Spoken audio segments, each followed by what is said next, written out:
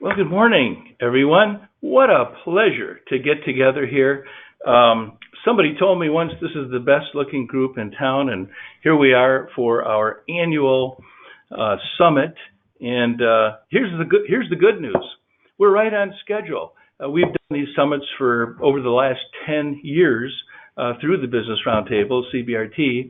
Last year, everything was postponed. So the good news this year, we're right on schedule. The challenge is we're doing this electronically, and that does create some new opportunities and challenges at the same time. It's good to have everybody here. There will be folks joining us through the presentation.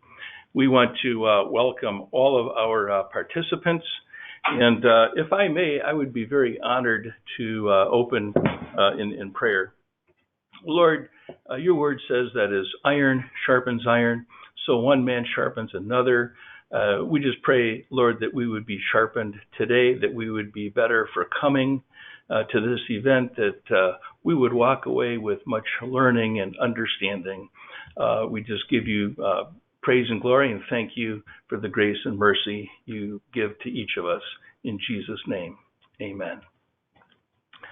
So we want to introduce some of the folks. Teresa Anderson, our executive director, doing a great job putting this together. Meg Van Cleve, our corporate liaison. Shaun Bronstein, our video producer, and all of the roundtable chairman, board of directors, and folks that really support the organization overall. Just a special note of thanks to our spectacular sponsors who make these events possible. Can't do them without our sponsors: Structure Tech, the Aligned Leadership Institute, the Express Employment Professionals, and Willis Law. Dynamic organizations. Thank you for all of your support this morning. Overall, the Business Roundtable reaches about 3,000 executives annually, and we have roughly 130 primarily CEOs, business leaders in the dozen roundtables that we have established. And we just started this year, in fact, a global roundtable in addition to the 12 existing. So we're excited, just a lot of momentum. And this we desire to have as an interactive webinar. We invite you to connect with us during these presentations. Please enter questions or comments at the chat box at any time. And at the end, we're going to do a takeaway and really look at some of these things. We have a great lineup for you today for this year's annual summit.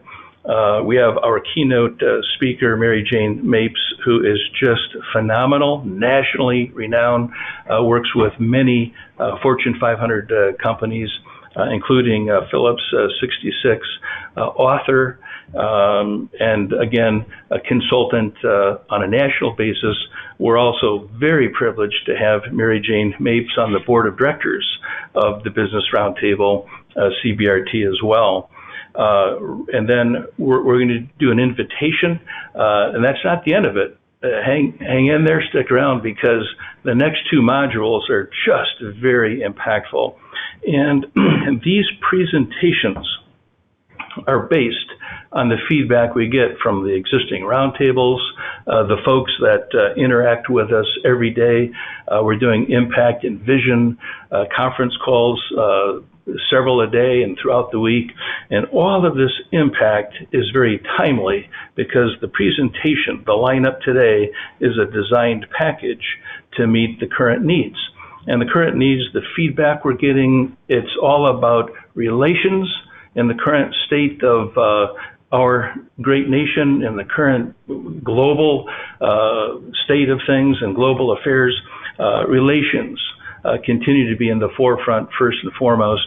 And then beyond that, of course, dealing with HR, human resource issues, concerns, considerations.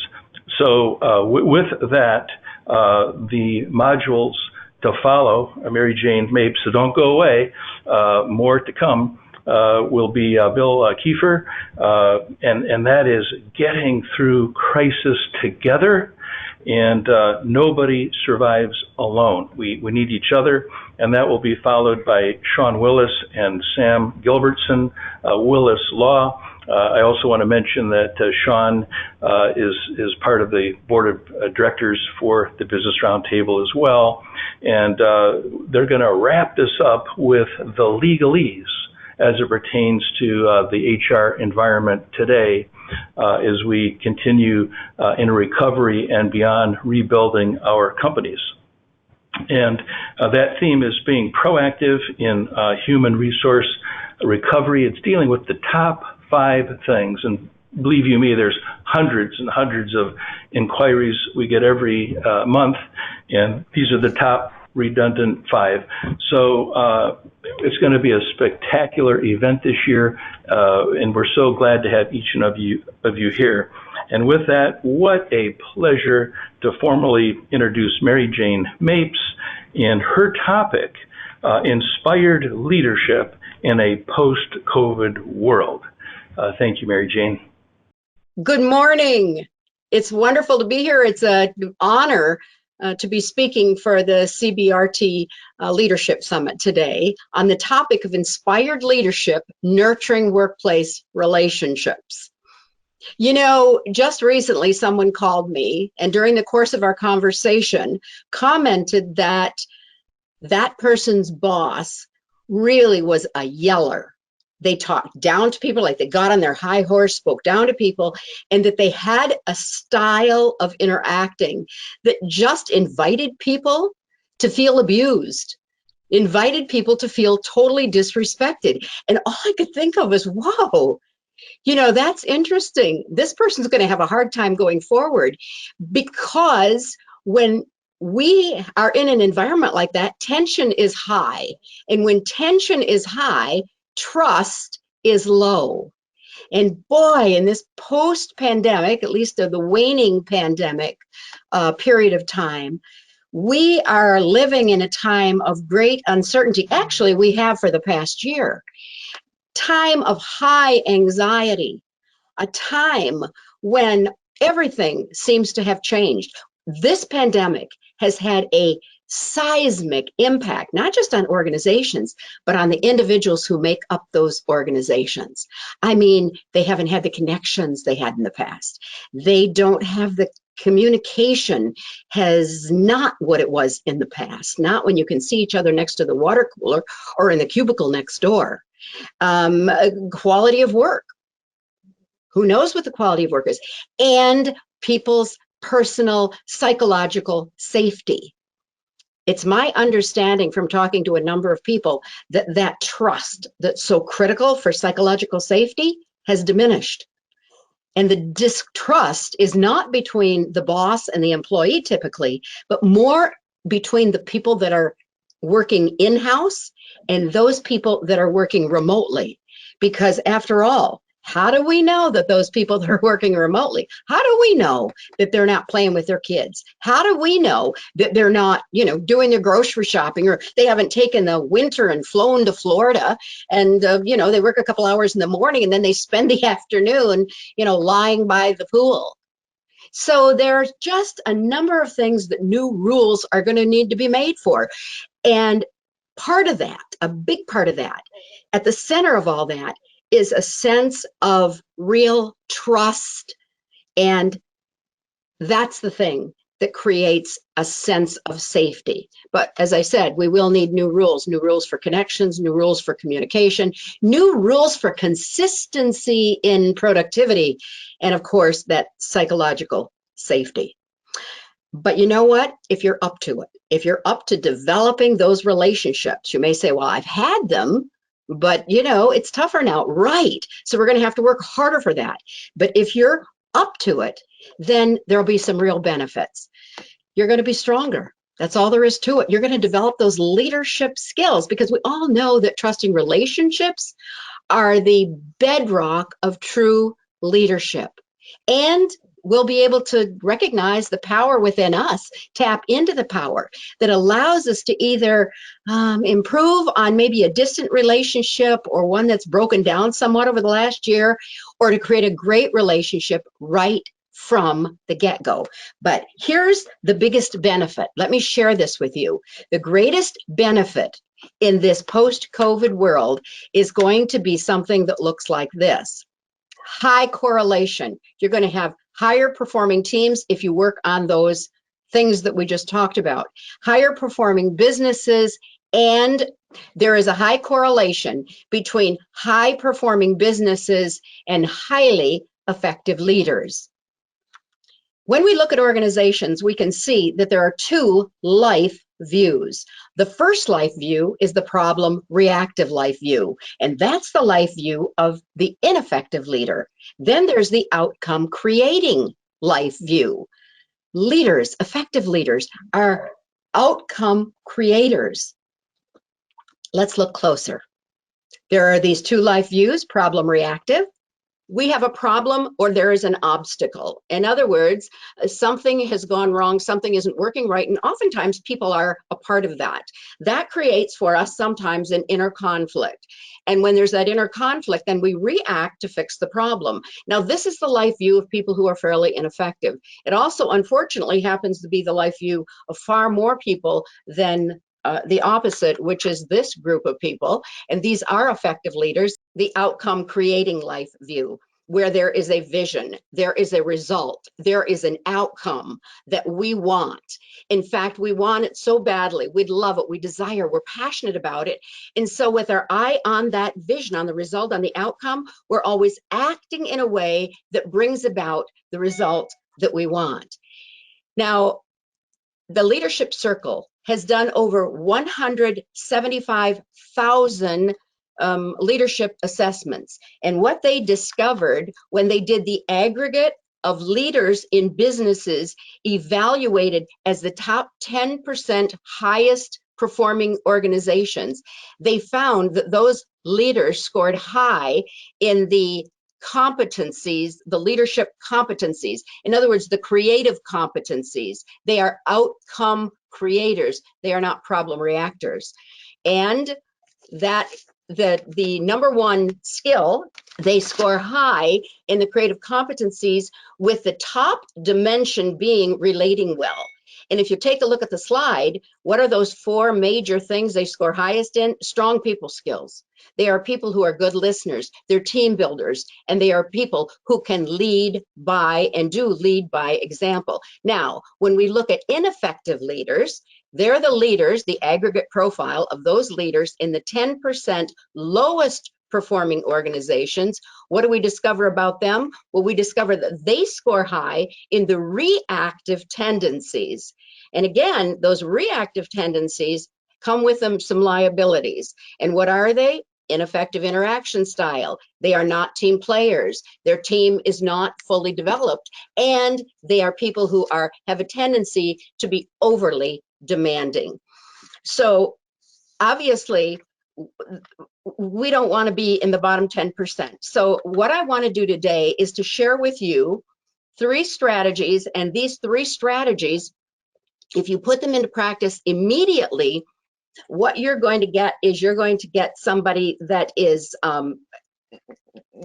you're going to be somebody who can connect, someone who can communicate, someone who's going to be able to cultivate the kind of relationships that you want and that you're going to need to communicate with if you're going to be effective. So let's begin. The thing that I'm hoping is at the end, when you look at these 3, we talk about these 3, that you take a look and you say, yes, you know what? I am actually excited to put those into practice because these are going to make me just that much more effective.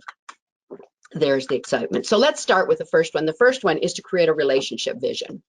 We all know that organizations need to have a vision. If they don't have a vision, it's hard to create a strategy because we don't know what we're heading for. We need to have all those areas of energy moving in the same direction. So we create organizational visions, we create departmental visions, we even create life visions, marriage visions.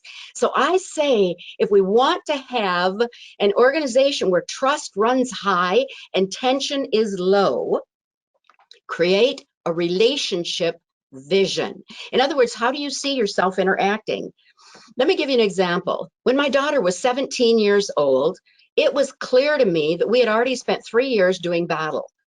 And one morning while I was sitting in the wingback chair in my living room during what I call my quiet time, I zeroed in on that fact, and it was bothering me because I did not want to spend the last year of her being at home. I didn't want to spend that last year as a year of upset.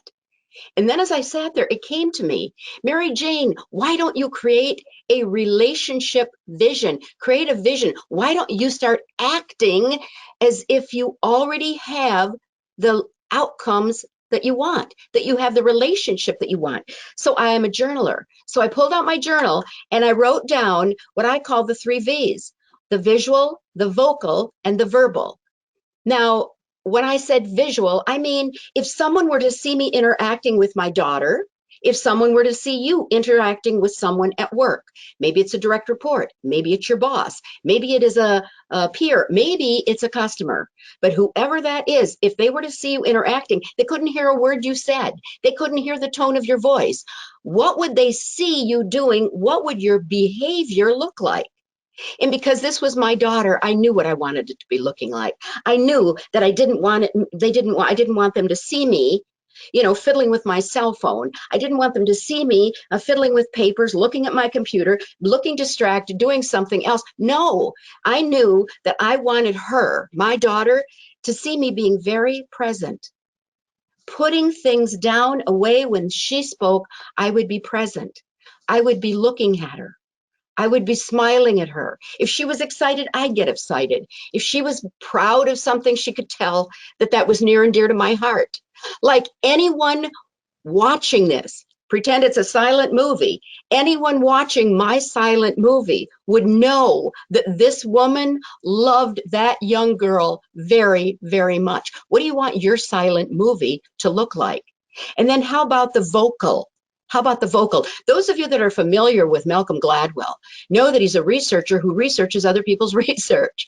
And he wrote probably it was his second book. It's been some years now, but he wrote about having visited a insurance organization that determined malpractice for surgeons. And what he discovered was that surgeons don't get sued because they make mistakes.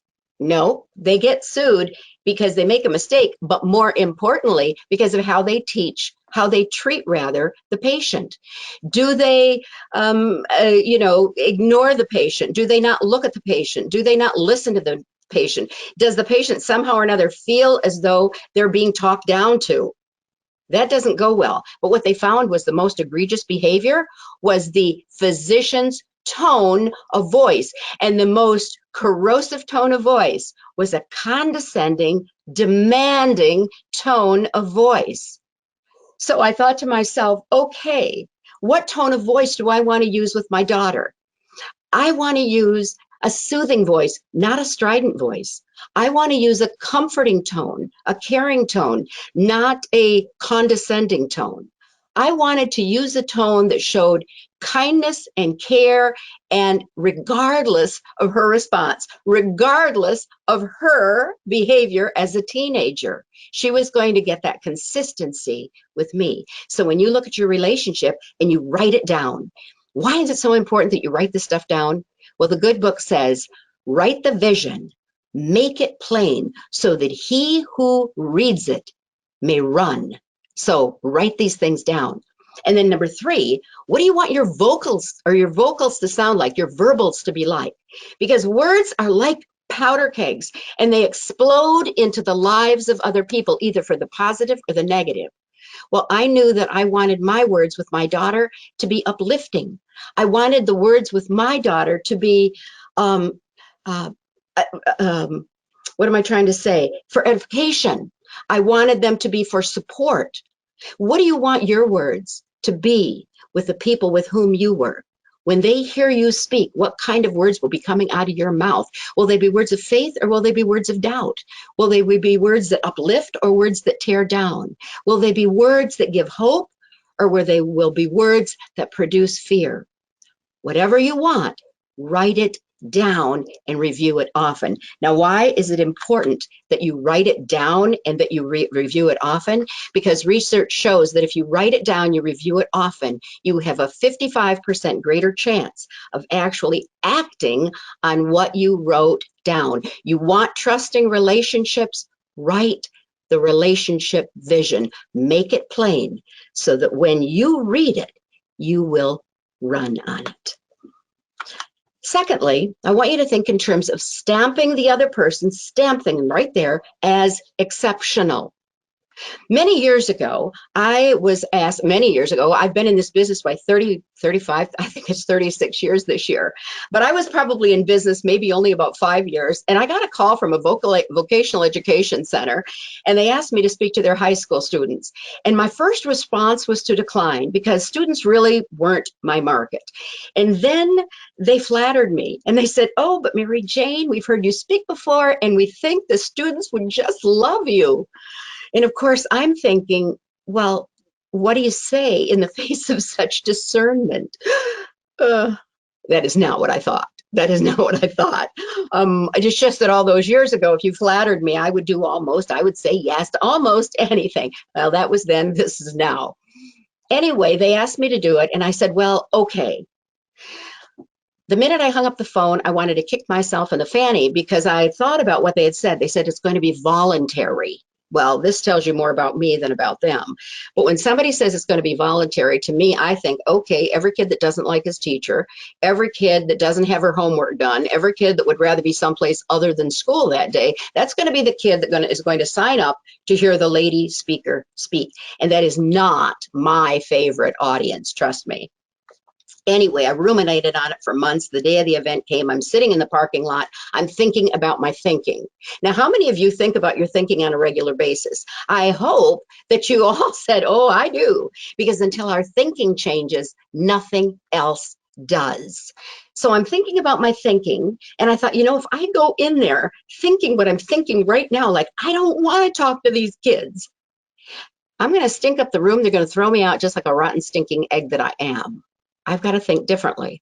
And then I remembered something that I had learned from when I was in college. And I think the guy's name was Robert Rosenthal, a doctor of psychology for Harvard University. He wanted to show the influence of teacher expectations on the performance of students. So he went into a school rather. He did what he called, it was a typical, he took a typical intelligence test. What do you call it? I guess you'd call it intelligence test. And he changed the cover on it, called it something else. And on that cover, he told the teachers, by giving them this thing, that to explain what they were doing, he told them that this test would show which students were ripe, ready for their IQ to simply blossom.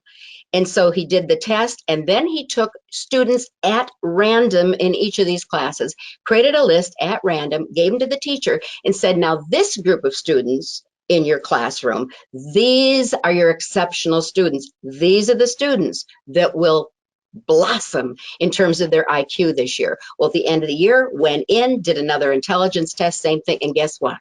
The students that the teachers thought were the exceptional students really did increase their actual IQ. Well, the rest of the students did not.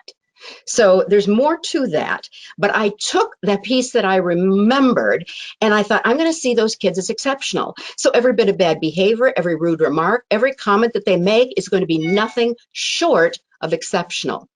That day, 85 exceptional students paraded into the high school gymnasium behind me. Now, this was the day before tattoos and piercings were commonplace. So I was a little surprised to see, a kid with a brow ring or a little nose ring or a little lip ring. But the one that really was quite interesting to me was the young man that came in, and he had a mohawk haircut. Half was purple and half was orange. And I remember looking at him and thinking, wow, you really are exceptional.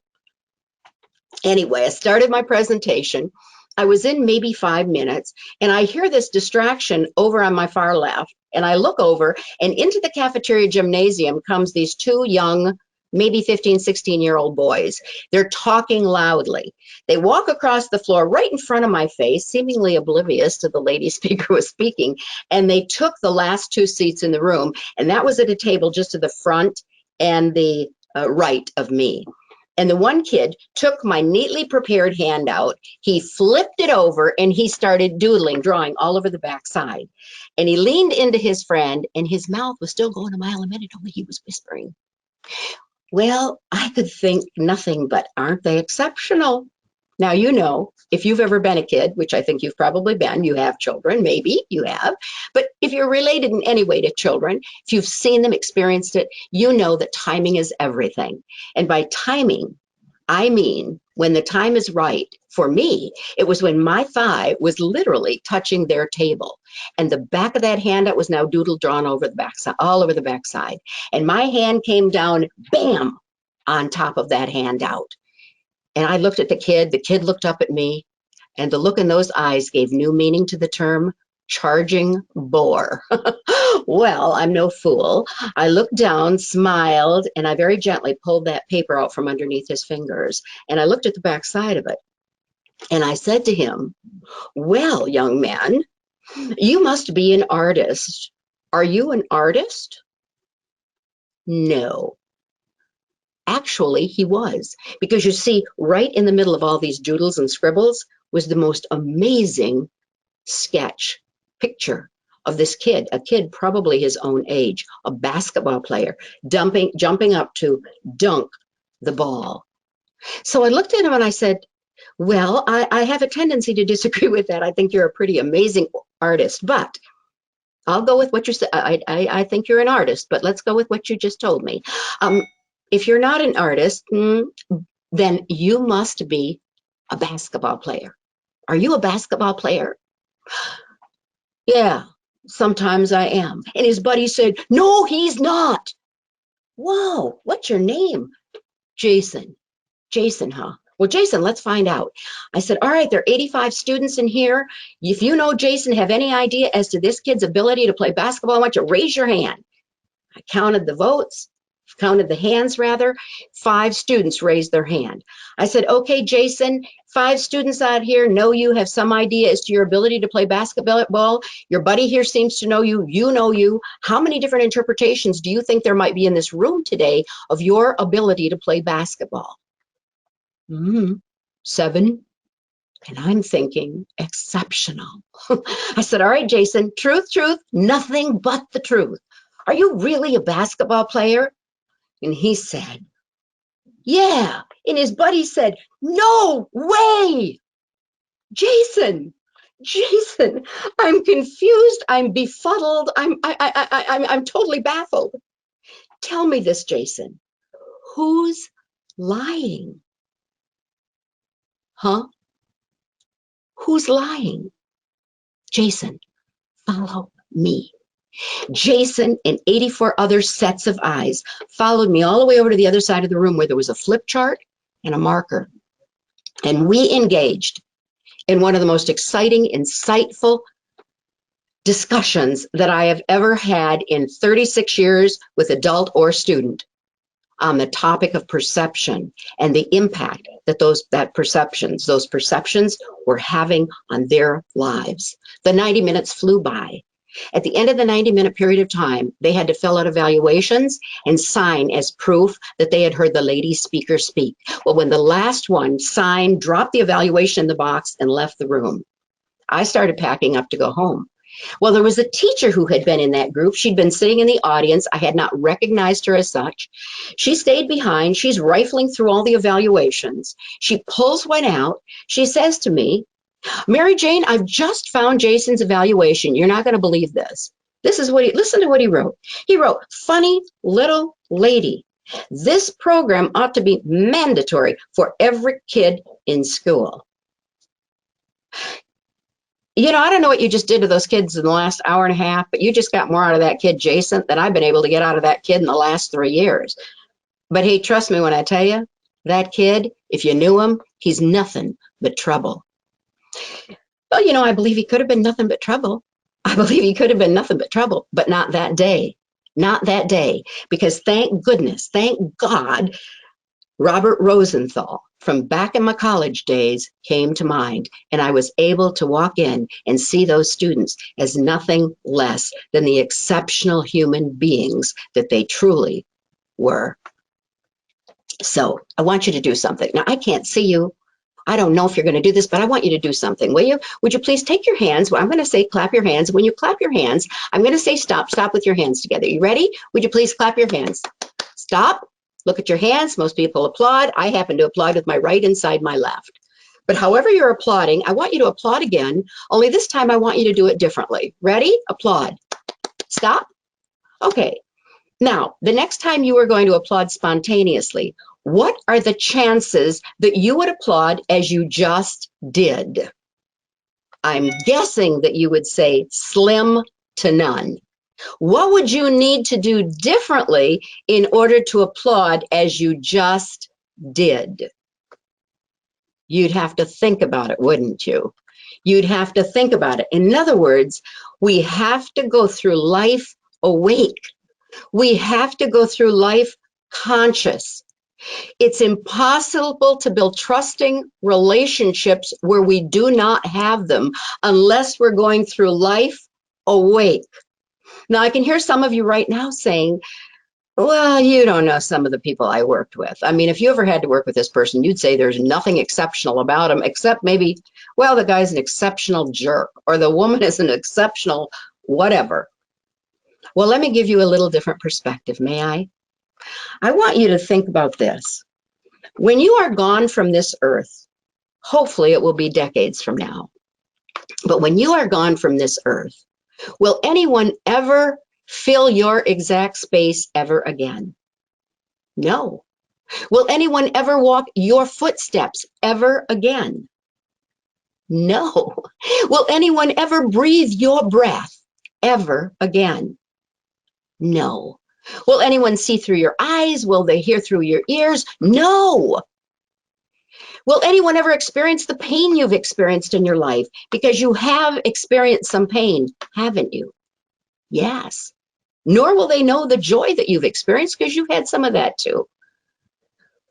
You know, even if you were an identical twin, you would have different fingerprints, but let's say you didn't. Let's say you had duplicate fingerprints. Well, you know that even then you would have had a different in-womb experience. In other words, you're one of a kind. You are simply not replaceable. You're not rare. You are unique in the truest sense of the word. You're it. Now, when you think of people that way, it's not hard to see anyone as truly exceptional, is it? Now, why is that so important? Well, let's take a look. It's important because, I'm going to go to black here for a minute, get that off. It's important because people are picking up on your thinking. They're picking up on your thinking through nuances of body language and thought energy. They're picking up on it and they are responding appropriately. Joe Charbonneau. Joe Charbonneau was a friend of mine. He was a mentor of mine.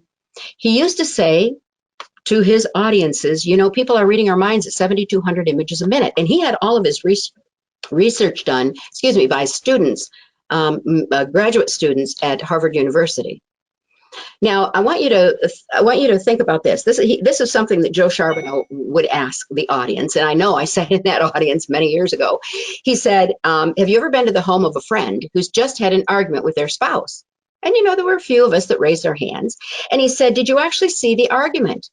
And the people said, no, they hadn't seen the argument. And he said, you didn't see it, you what?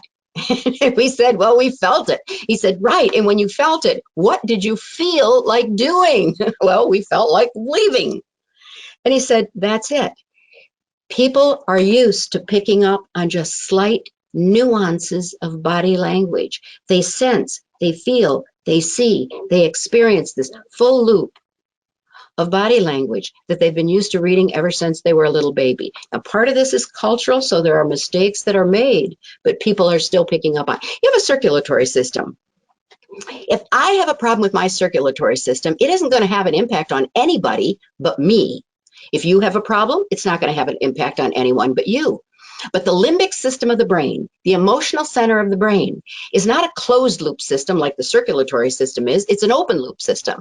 That means, if it's an open loop system, that we depend on our interactions, all of our connections and interactions with other people for our own emotional stability. And what do people need today? They definitely need that sense of psychological safety, emotional stability. So your mood, especially if you are the leader, your mood, your feelings, your mindset, your belief about them is going to have a direct impact, not only on how they feel, but on how they actually perform. You see, our minds, our brains are like a heat-seeking missile. And that is, we create an assumption. We make an assumption about someone. Then we create a belief about them. And we set our locking system. We release it. It flies and boom, we hit it dead center every single time. Every single time. So what is it that you're thinking about someone else? What are your beliefs about someone else? Because this is exactly how it works. All beliefs are, and I have in quotation marks there, true. They're true for us. We believe they're true. All you have to do is look at the political scene today to know that people are trapped in their beliefs. So they make beliefs, they have us make assumptions, and that leads to what? That leads to an action. The action then leads to a result. The result leads to a conclusion, which of course comes right back to the fact that, yep, here it is. I knew it, I knew it, I knew it.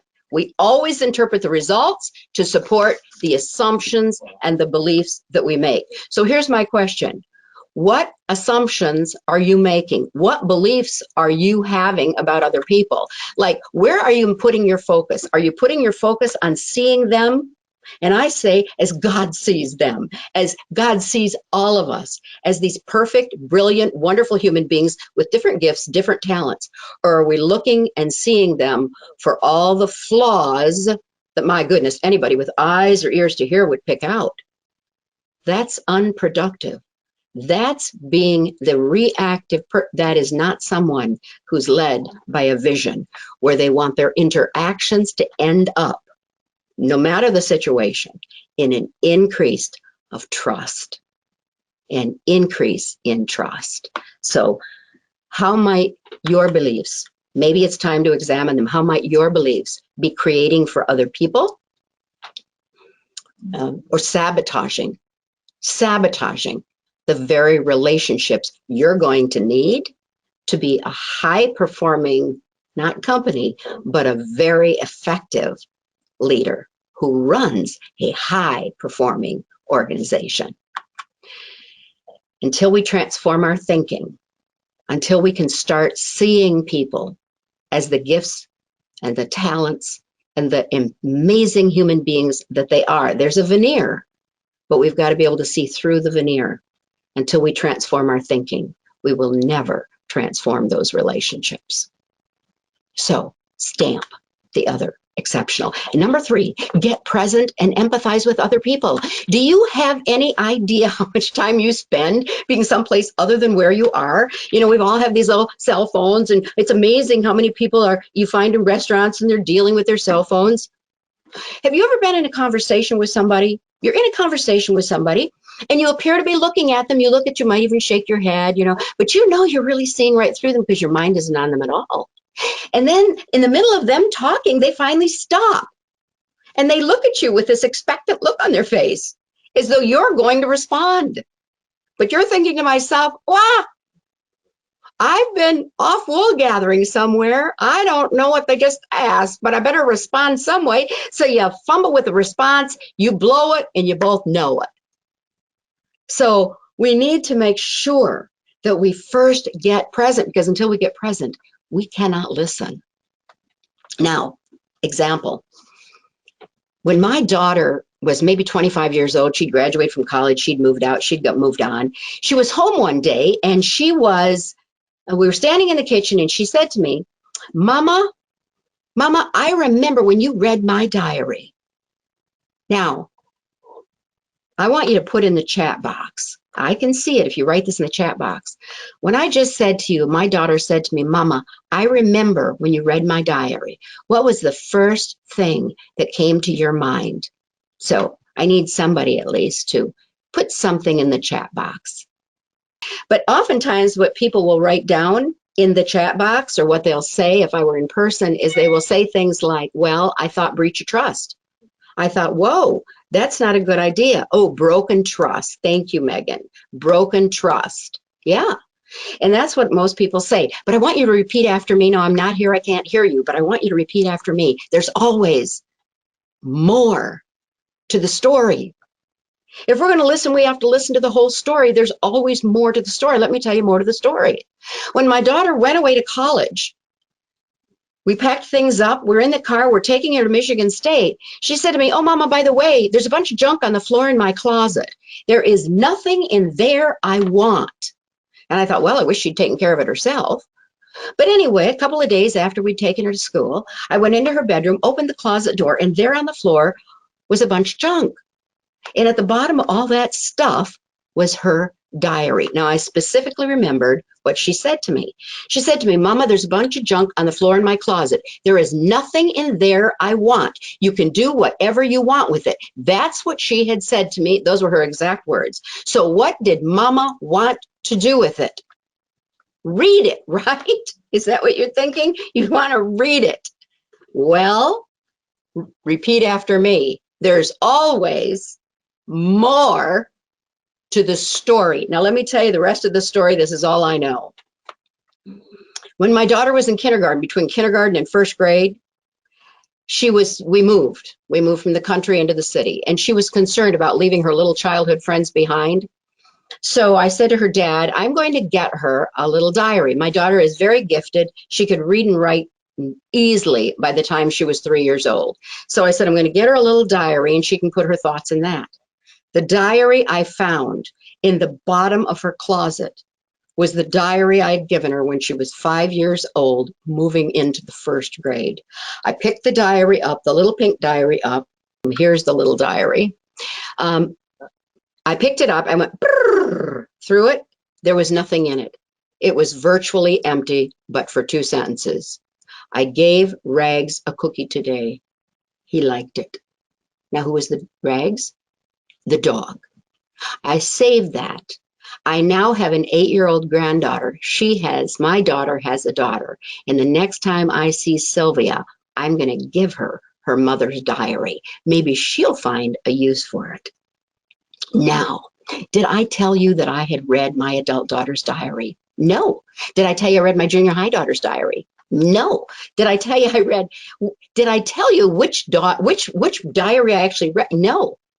In fact I would never, at a certain age, and junior high was the age, we instituted this thing in our house that said what's private is private. Now, I didn't read her adult daughter diary. I don't even know if she has one, but there was nothing to read in that little diary. In fact, my daughter used to collect all these letters that she'd get from friends at school that she'd write. They were lined her dresser, never read a one of them. That's when she was in high school, because I said that what's in our house, what's private is private. Now, I don't make judges on anyone who might have read their child's diary, because I know one person specifically that if they hadn't read their daughter's diary, their daughter might not be around today. The point is, what? The point is, there's always more to the story. But what happens when we make assumptions, we're creating our story. It's just what human beings do, but we have to be conscious. We have to be going through life awake. So we recognize when we're creating a story, we have to put it on the shelf so that we can listen and do as General Marshall said. He said, you got to listen to the other person's story. You've got to listen to the other person's full story, and you need to listen to the other person's full story first. And my goodness, it's so important to know that it's not about your story. It's not about my story. It's about the story of the person who's telling us. They're telling us they're scared about their kids not maybe getting an education this year, doing all this stuff virtually, and maybe they didn't feel prepared to really help them or able to help them online. They're scared about their job. jobs. They're scared about their future. They're worried about so many things, all the changes that have taken place. Will they be able to work remotely? Will they be able to keep the connections? There's so many cares and concerns that they have. We must be able to empathize and create a climate of psychological safety. So, empathize and listen. I love this. The deepest human craving, said William James, father of American psychology, is to be found acceptable. When we listen to people, we listen to the full story. We do not judge. We genuinely empathize. We put ourselves in their shoes to get the sense of what they are going through. And we demonstrate it by actively listening to them. We find them acceptable. And when we find them acceptable, tension decreases and trust increases. So get present and listen. If we do these three things, we will not be getting up on our high horse with people. We will not be making assumptions that are untrue and or negative. And we will not be speaking to people, talking down to people. We will not be interacting with people in a way that causes them to get offended, to feel as though somehow or another they are less than. What we will do if we create a relationship vision, what we will do if we stamp them exceptional, walk through life consciously, what we will do if we get present, we listen and we genuinely empathize, what we will do is we will create the trust necessary in order for psychological safety. That's the biggest part. And that is absolutely what is necessary for effective leaders of high-performing teams, and especially during these times, days of volatility and complexity. Now, I want to conclude today with an experience that I had, and I want to go here to a black screen. There I go. And I want to share with you one final story. This was an experience I had years ago on a plane trip. I've never forgotten this experience. It was life-changing for me at the time. I was on a plane from Reno, Nevada to Grand Rapids, Michigan via Minneapolis, Minnesota. I chose a seat at the back of the plane where the roar of the engine would drown out the voices of people and anything else going on. You see, I had a presentation to give the very next day, and the last thing I wanted was to be disturbed because I had some editing to do. I had some mental rehearsing to do. I always asked for the aisle seat. The seat next to me was empty, and the seat next to the window was occupied by a little old lady. She had on a brown 1970 style polyester pantsuit, and her shoulders were just dotted with dandruff. She had on her head an acrylic wig that I don't think you'd find today in the Halloween section of the Dollar General store. And she had on her lap a large pumpkin-colored vinyl handbag. Her head was leaned against the window. She was breathing heavily, and she appeared to be sleeping. And I remember specifically looking over at her and thinking to myself, I'm glad you're speaking, because you might want to chat on this trip. And I don't really have time for that. And honestly, I don't think there's much of anything we would have to talk about. It would be a job. I spent the first hour making some editing notes, going over my script mentally. And then about an hour out, the lady aroused from her rest and she tapped me on the arm. And I looked over and I said, hi. And she said, I am so sorry, ma'am, to bother you, but what are they doing? And she was pointing to the flight attendants who were bringing the lunch cart. Now, those were the days still when you got lunch in the price of your ticket. Those days are long gone. But I looked at her and I said, oh, ma'am, they're just bringing our lunches. And she said, oh, I'm so sorry to bother you. You just look so busy. But can you tell me, how much does it cost? I said, oh, it doesn't cost any. Well, it probably costs something, but you've already paid for it in the price of your ticket. So it didn't cost anything. I go back to my work. The flight attendant gets to us. I'm served lunch. It's on there. I get going. She asked the little lady next to me what she'd like for lunch. And the woman said, well, nothing. And when she said nothing, I'm thinking to myself, I really bet she doesn't believe that lunch is paid for. So I said to her, you have a large handbag there. You may not be hungry now, but you may be hungry later. Maybe you'd like to take something to have later. After all, you've already paid for it. And so she ended up taking an apple, she took a sandwich, and she took a cookie, all packaged up. She put it in her purse. Well, I go back to my work, 5 minutes, tap, tap, tap. Yes, ma'am. I am so sorry. My daughter's from Iowa. She's supposed to be picking me up in Minneapolis, but I think this plane is going to Toledo. I'm thinking, well, I'm not going to Toledo. She said, would you look at my ticket? Yes, I'll look at your ticket. I look at her ticket, and it's true. The final destination is Toronto, but that plane is landing in Minneapolis. That's where I'm going to change planes. That's where her daughter's supposed to meet her. So I said, you don't have to worry. Your daughter will be there. She'll meet you in Minneapolis. That's where I'm getting off, and that's where the plane will be stopping. She said, okay, thank you. I go back 5 minutes later, tap, tap, tap. This begins a series of tap till finally I said, fine. She said, what if I can't get out of here unless I have a wheelchair, and I don't see any wheelchair on this plane? What if there's no wheelchair? And I said, oh, trust me, there will be a wheelchair. There'll be a wheelchair. They don't keep it on the plane, but as soon as you deplane, there'll be a wheelchair right outside to meet you. Oh, thank you so much. I am so sorry to bother you. I said, ma'am, not a problem. I go back to my work, tap, tap, tap. She said, I am sorry, but what if my daughter's not there? What if there's not a wheelchair? Finally, I put my things away. I thought, you know what? I was not meant to do this. I looked at her and I said, ma'am, if your daughter is not there, you've got me. If there's no wheelchair out there, you've got me. My name is Mary Jane Mapes. And if they're not there, no chair, no daughter, you've got me. We talked for probably another half hour. The plane landed, and when I got up to walk out, I looked and I said to her, remember, my name is Mary Jane. I'm going to check for the wheelchair. I'm going to check for your daughter. And if they're not there, I'm waiting for you. You've got me.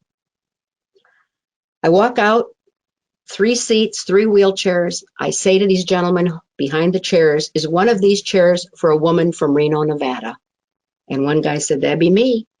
I walk out front, and there is her daughter. I just have the sense, don't ask me how I know. But I walked out, I walked up to her and I said, pardon me, ma'am, but do you have a mom on this plane from Reno, Nevada? And she said, oh, I do. My mother has never flown before. And I said, I could tell. But look, I told her that I'd check to make sure you were out here. And if you were out here, I would go on. But please let her know that Mary Jane saw you, talked to you, and confirmed that you were here to pick her up. And she said, oh, thank you so very much.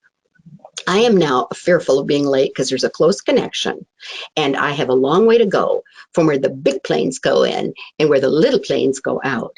So I am literally running down this electric movable walkway. And I'm thinking to myself, and I say to myself almost out loud, but Lord, how do you expect people like that little old lady to make it in this world alone? And I no more than asked the question, then boom, there was the answer. I don't, Mary Jane. I don't. I put you right there in the seat next to them. And I expect you to help them find their way. Well, you know what? Those of you listening today are either leaders or you're influencers of one kind or of another. And you've been put in first class seats. You've been put right next to all those people who are worried, who are fearful, who are feeling psychologically unsafe. And they're looking for you to help them find the way. And the best way to do that is to exemplify what we all know is servant leadership, trusting leadership. That makes you a more effective leader. And that puts you in the seat of the leader of high-performing teams, high-performing organizations.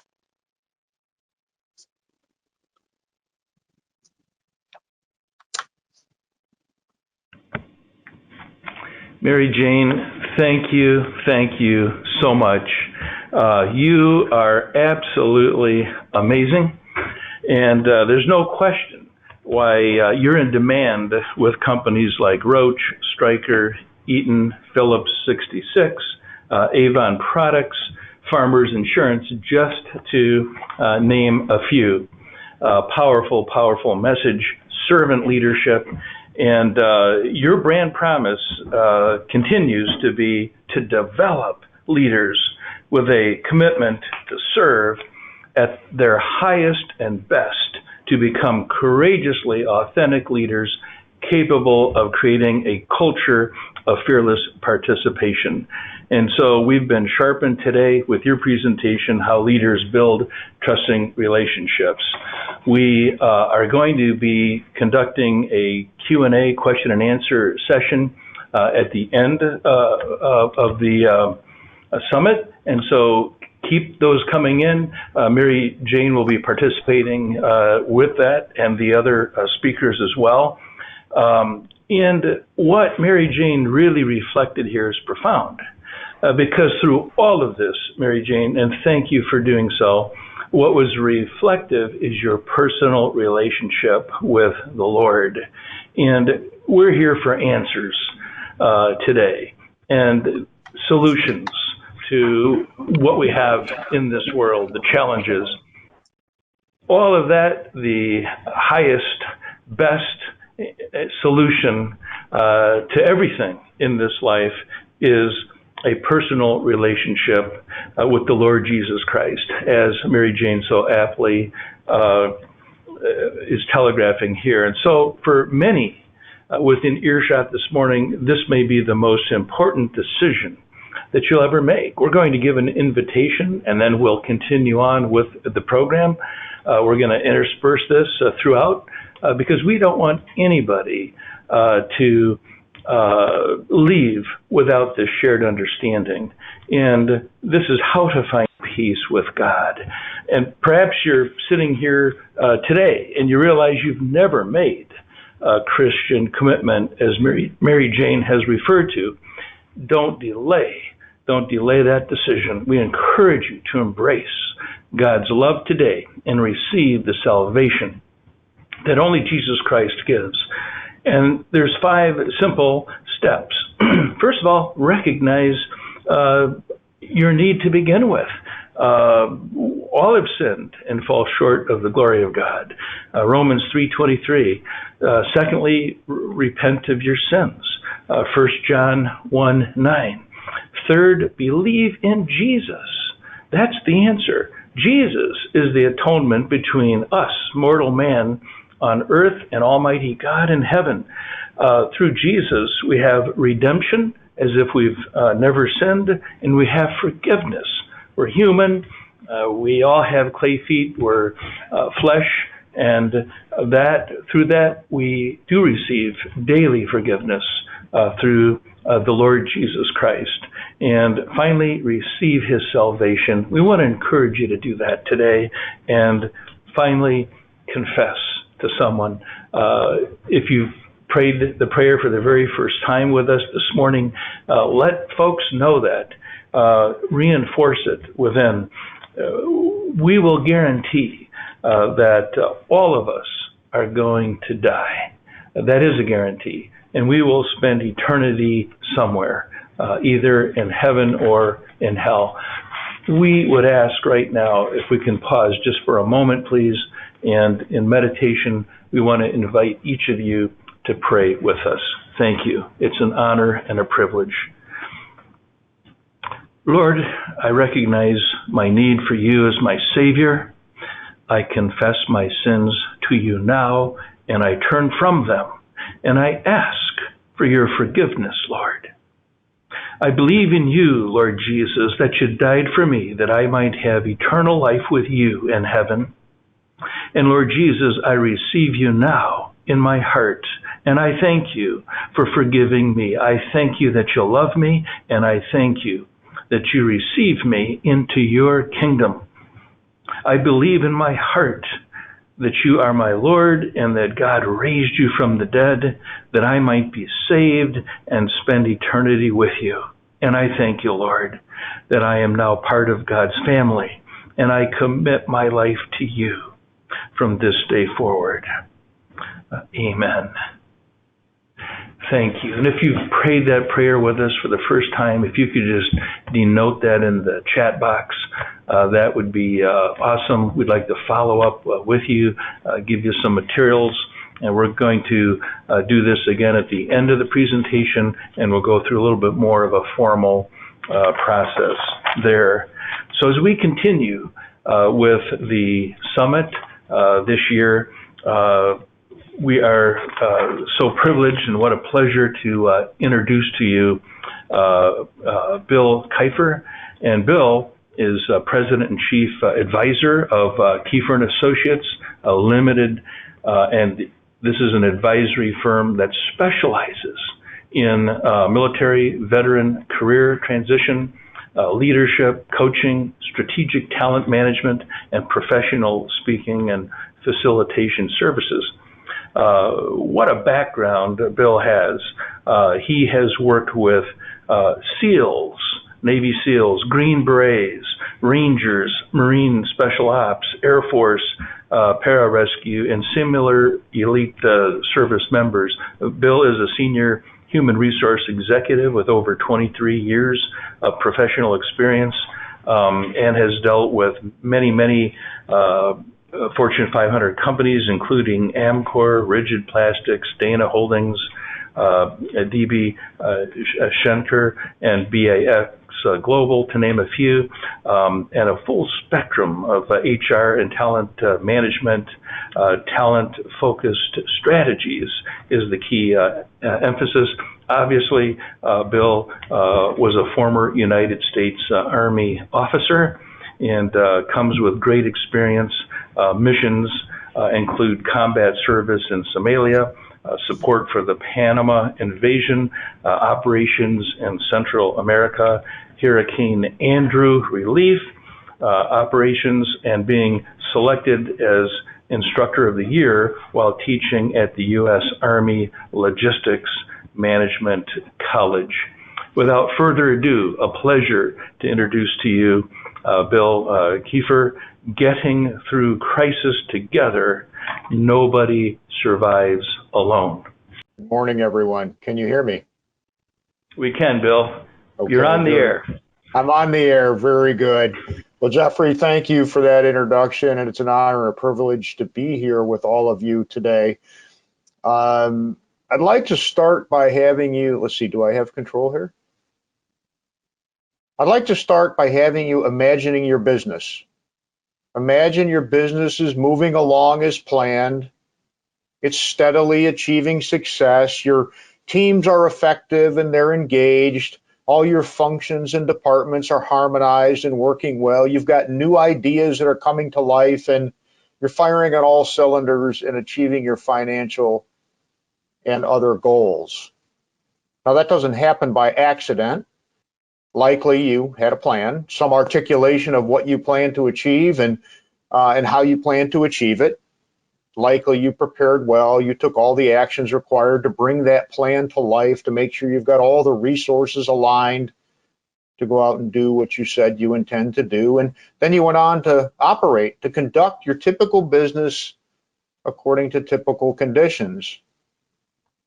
Along the way, you're observing what was going on. You kept your eyes on the horizon and on the gauges. You looked at the long term and the near term. You assessed what you saw in the myriad dimensions of your business, and you adjusted as you needed to optimize the results. Perhaps most importantly, you built relationships internally and externally. You built those relationships with many different people and groups, employees, perhaps owners, other investors, customers, unions perhaps, the community you work and live in, vendors and suppliers you partner with, creditors that you may have engaged with, government agencies, volunteers, benefactors, and many others. Now, each of these different relationships, each of these partners, each of these individuals and groups that come with their own interests, their own opportunities, their own challenges, their own expectations, their own norms, and their own timing. And you built those relationships to attend to all those different matters. I'll suggest that it's quite likely that you remain mindful of your faith, thinking as Proverbs 27:23 tells us that it's good to know well the condition of your flocks and give attention to your herds. So you have to pay attention to business. You have to pay attention to people. You have to pay attention to the product, the process, and so many other things. And not doing so might leave you a bit vulnerable.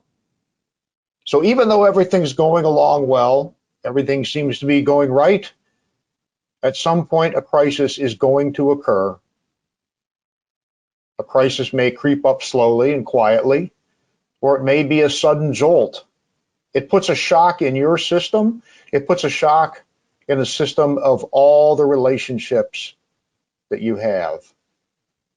Now, it's interesting that crises arise and create a shock, and I'm wondering why they surprise us, because after all, the Bible tells us that we will have troubles in our lives. Matthew 24:6 comments that we will hear of wars and rumors of war and see that we're not to be alarmed, for these must take place. John 16:33 says that I have said these things to you, that in me you may have peace. But in the world you will have tribulation. But take heart, I have overcome the world. So even though we're surprised by crisis and it's disarming, I would offer that the Bible guides us that we should face them bravely and boldly, knowing that they will come and we will get through them. So what is a crisis? A crisis is a time of intense difficulty, trouble, or danger. It's a time when you're going to have to make difficult and important decisions. And most often, a crisis is a turning point, perhaps for your organization, perhaps for your industry, perhaps for a department, perhaps for individual relationships, and perhaps for you and other individuals. Now, crisis impacts a lot of things, and it does, in fact, impact relationships.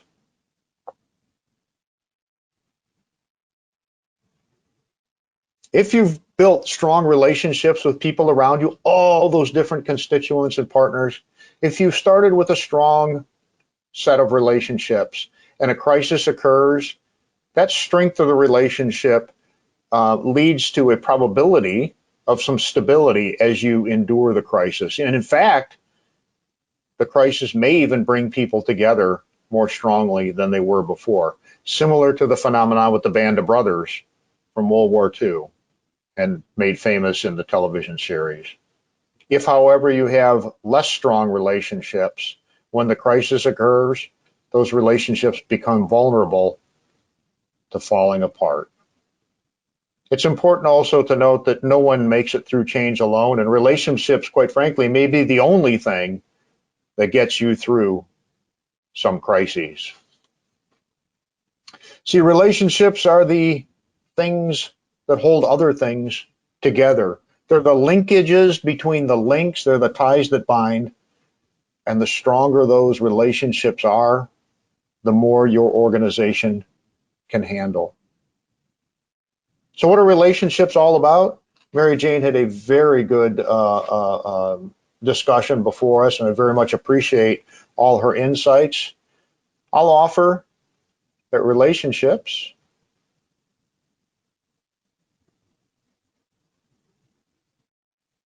whether internal or external, are all about connection. Connections between people, an interrelatedness between people and things.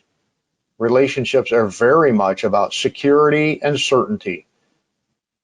And as Mary Jane discussed, they're very much about trust. Respect and regard are key components of strong relationships, and having mutual and balanced benefit and value from all the parties are critical. Now, while those are critical to relationships, it's important to note that a crisis, no matter what its nature, can rock each and every bit of these relationships. So as a leader, as a person in a position of authority, as a person who has responsibility for others, what do you need to do? I'll suggest that the passages from Matthew and John advise us to have peace and to not be alarmed. And I'll also add that, similar to the Hippocratic Oath, one of the things a leader is most responsible for is to first do no harm. So when a crisis occurs, I'll suggest the first thing you do is take a deep breath. Don't react with knee-jerk reactions. Respond with a calm urgency. There are many things you're going to have to do. Many of them will be different. Many of them will be foreign. But if you can remain calm and you can remain and deal with these things urgently without panic, you'll be well on the path to leading successfully through crisis. If the crisis has a planned response, something you anticipated and tried to put countermeasures in place, implement the planned response. If not, make sure you're assessing the situation. Look at all the various dimensions of the circumstance around you, the people, the product, the property, the process, and everything else. Make sure we understand what's really going on. As you do that, take all steps necessary to secure the situation to stop further damage to the extent that you can. And make sure that you're involving people along the way. Cut away the layers, cut away the hierarchy, and get the right people at the table to fully understand what's going on and bring to light potential solutions that can get you through the crisis quickly and effectively. And perhaps most importantly, communicate, communicate, communicate. Listen to what you're hearing from the others with whom you have relationships. Share information. Communicate clearly, concisely, completely, and consistently. I've found that going through several crises circumstances over the years, the more people know, the more confident they are, the more that trust builds, the more secure they feel. And if they are involved and are being provided transparency to the available information, the relationship, the strength of the relationship, the vulnerability of the relationship are all positively impacted. In the end, really what you need to do as a leader is keep things simple, know your values, and focus on your mission and your people. You know, crisis occurs and you have to do something. So how do you move forward when a crisis occurs? From everything I've experienced, there's really three primary phases to responding to crisis. The first is response, taking immediate action to understand and secure the situation. The second, once having secured things, is to take action to mitigate causes and impact. And the third is finally to do some reconstitution work, to start establishing go-forward plans for how we're going to operate in a post-crisis environment. Now, it's important that you do these in order, because not only is it illogical, but it's damaging to relationships if you fail to respond to the immediate circumstance and rather focus on what are we going to do after it's all over. Do the work, do it in sequence, do it with a calm urgency, and it will not only help your operations, but will help bolster your relationships. Some of you will see, will be familiar with this model in the middle. This is John Kotter's leading change model, and I think it's appropriate to discuss in terms of dealing with crisis and relationships surrounding crisis. Now, although Kotter's leading change model was intended to help drive change rather than respond to crisis, it really is instructive and can be very helpful. Kotter's first step is to establish a sense of urgency. in a crisis, guess what? You have a sense of urgency. The second step is to create a guiding coalition, include the right people in the discussion and at the table to help you fully understand what's going on and help you prepare for ways to mitigate causes and impact. Developing a vision and strategy is critical in Kotter's change model, and I'll suggest, as I mentioned before, focusing on your values, keeping things simple, and developing a path forward are incredibly important. Communication, we talked about its importance a moment ago. And the next three here are all about empowering action and generating wins. You see, crisis is a difficult time and it can really bring people down. But to the extent that you can create wins, no matter how small, those wins can bring people together. And finally, having gone through all that, anchoring new approaches in the culture, that really is a later step in the reconstitution phase of dealing with crisis. It's important to note through all this that the foundation, the bedrock for all of it are the relationships. And understanding what we're doing to maintain, bolster, and support those relationships, leveraging them where we can, restoring them where they need restored, and evolving them for future success is so important to making it through crisis. There are a few simple, perhaps, reminder things on what leaders might well do in face of crisis. The A, B, C's, and a couple of D's. Be aware of your situation. Be alert to new and different influences on your circumstance, and be agile enough to adjust. Be brave in the face of reality. Crises can be very challenging, and they can be scary times. You got to be brave and you got to be bold in the face of the challenge. Be committed to your purpose. Be courageous in your approach and be considerate of others. And finally, crisis requires decisions. Be decisive and be dedicated to your decision and the success of the organization and the people with whom you have relations. I'd like to tell three quick stories about dealing with crisis and leadership in crisis. Good, bad, or otherwise, I've had the opportunity to be involved in a number of challenging circumstances. In 1992, Hurricane Andrew, one of the worst hurricanes ever to hit the U.S. at the time, tore through South Florida and other areas. I was an Army officer at the time with the 10th Mountain Division, a light infantry division located up in northern New York. I was a company commander for a unit of about 100 people. We had trained together. We formed relationships, both professional and personal. And when this arose and we deployed to South Dade County in response to the hurricane, we had some tough work to do in some very challenging situations. We were there to respond. We were there to provide some relief, and we were there to set the stage for reconstitution. The strengths of the relationships and the unit cohesion that we had forged before the crisis enabled us to sustain our internal operations and fostered an ability to provide the support that so many people so desperately needed. Externally, we also had to work with a tremendous amount of unfamiliar new partners. Some other military forces, government agencies, NGOs, local associations, and countless individuals who were impacted by this tragedy.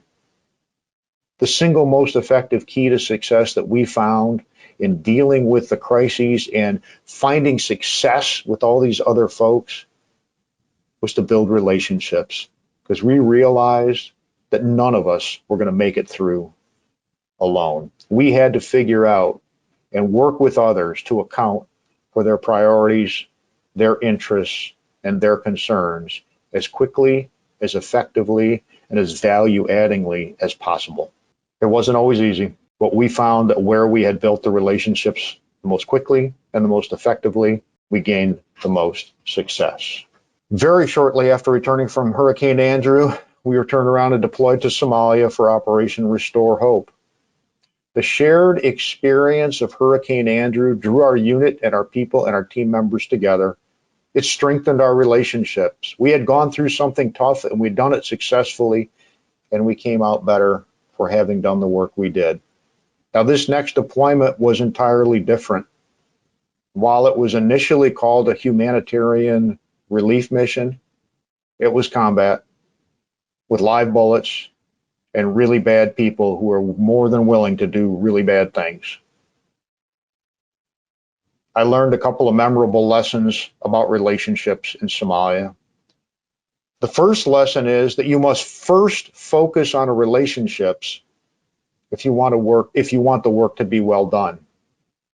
We had been on the ground for a couple of months, and a unit from Morocco came to work with us. I greeted them as a senior guy on the ground, and we got right down to work, or at least I thought we'd get right down to work. The senior leader of the Moroccan unit raised his hand. He goes, no. First we eat. That kind of baffled me a little bit because there was bad things going on that we needed to deal with. We spent the next several hours eating, quite frankly, some of the best food I've ever had, and talking about trust, confidence, getting to know each other. Who are you? Who's your family? How does it work? How do you think? What do you believe? And that work forged the trust, the confidence, the security, the sense of value and balance between us and so many other positive things. And it caused us to then go forward and operate much more effectively than we might otherwise have done in a very challenging and very dangerous environment. The second lesson I learned in Somalia is that when others may fail, when crisis might impact others to a point of their failure, teams with great relationships step up. On one really bad day, we received dozens of horrifically injured Somalis who had been riding in a far overloaded open truck when they were ambushed. The result of that was worse than any horror movie you might imagine. The medical unit next to us that was part of our higher headquarters was swamped. The volume of casualties exceeded their capability, and their backup was unable to respond. They needed help. Their commander, my peer, was a good friend of mine.